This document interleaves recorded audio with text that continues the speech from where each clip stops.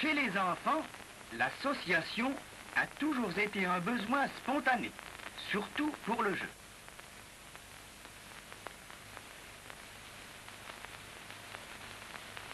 Depuis quelques années, nos écoliers trouvent dans l'association volontaire d'autres activités plus utiles et aussi joyeuses. Ils constituent des coopératives scolaires. Sous le contrôle discret de leur maîtresse, ces petits coopérateurs élisent leur bureau.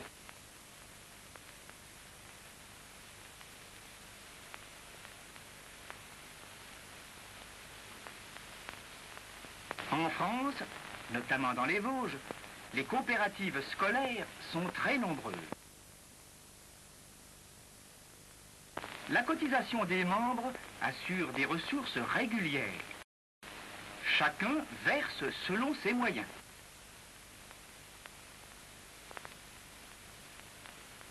Mais Saint-Genis a créé d'autres recettes beaucoup plus importantes. Au printemps, les jonquilles abondent dans les prairies de la région de Gérardmer. Leur cueillette sera fructueuse pour la coopérative.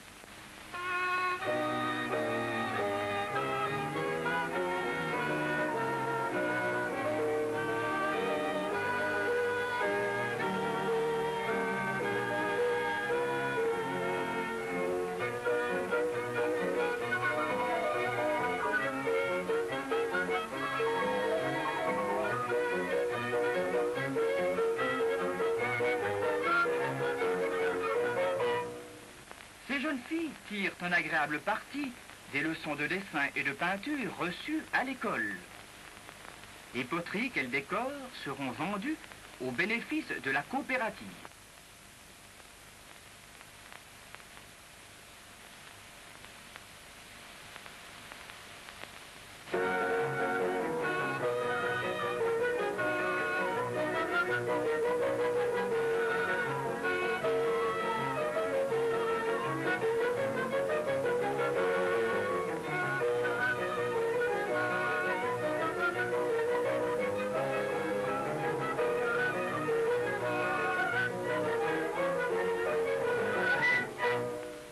De nombreuses écoles ont une pépinière. Les enfants de Rahon-au-Bois cultivent la leur avec enthousiasme.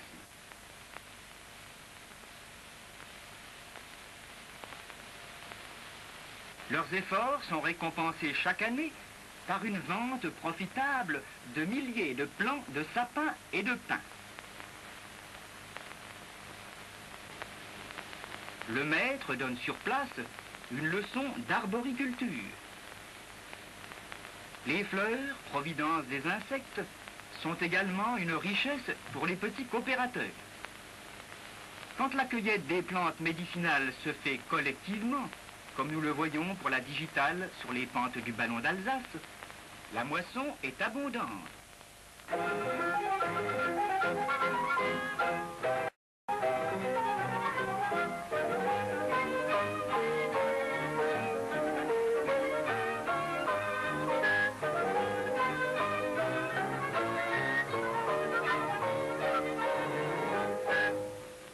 Mais elle se fait aussi individuellement.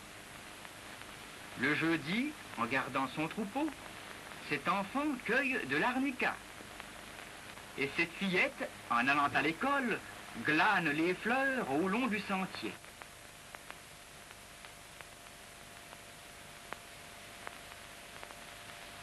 Les petits ruisseaux font les grandes rivières.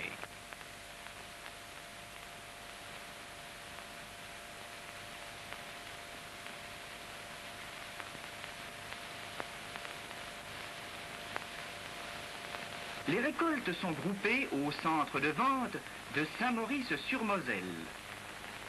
L'écoulement en est plus facile et les prix plus rémunérateurs. Les sacs sont contrôlés à l'arrivée. Les petits coopérateurs vosgiens récoltent en moyenne annuellement 5000 kilos de plantes séchées.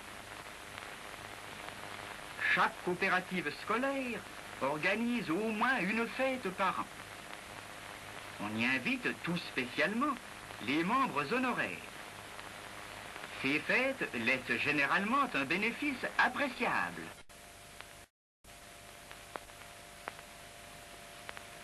Avec les sommes si minutieusement amassées, on cherchera d'abord à rendre l'école plus agréable.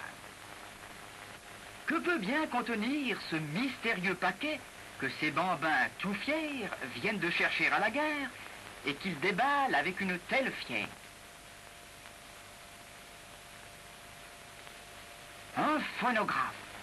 Oh, quel rêve magnifique!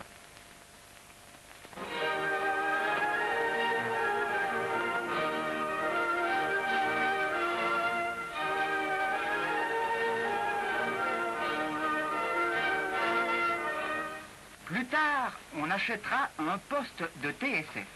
Le cinéma paraît plus urgent, car il n'y en a pas au village.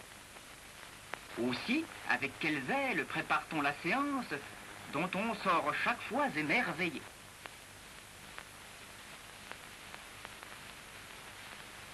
Pour la manipulation de l'appareil, le concours du maître est indispensable.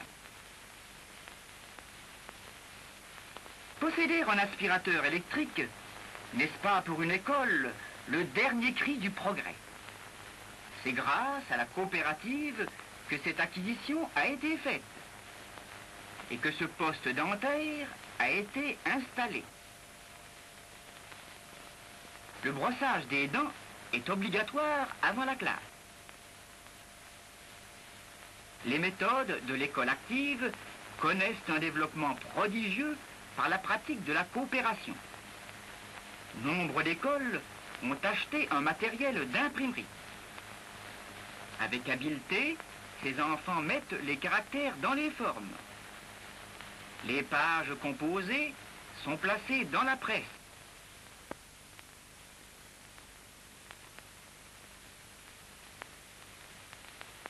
Quelle joie d'en sortir la petite revue qu'on a entièrement rédigée, illustrée et imprimée. Ici, on a préféré acquérir un outillage pour les travaux en bois découpé. Après avoir observé sur le vif les sujets les plus variés, les enfants les reproduisent à l'école. Cette reconstitution en miniature de leur propre village n'est-elle pas un véritable chef-d'œuvre?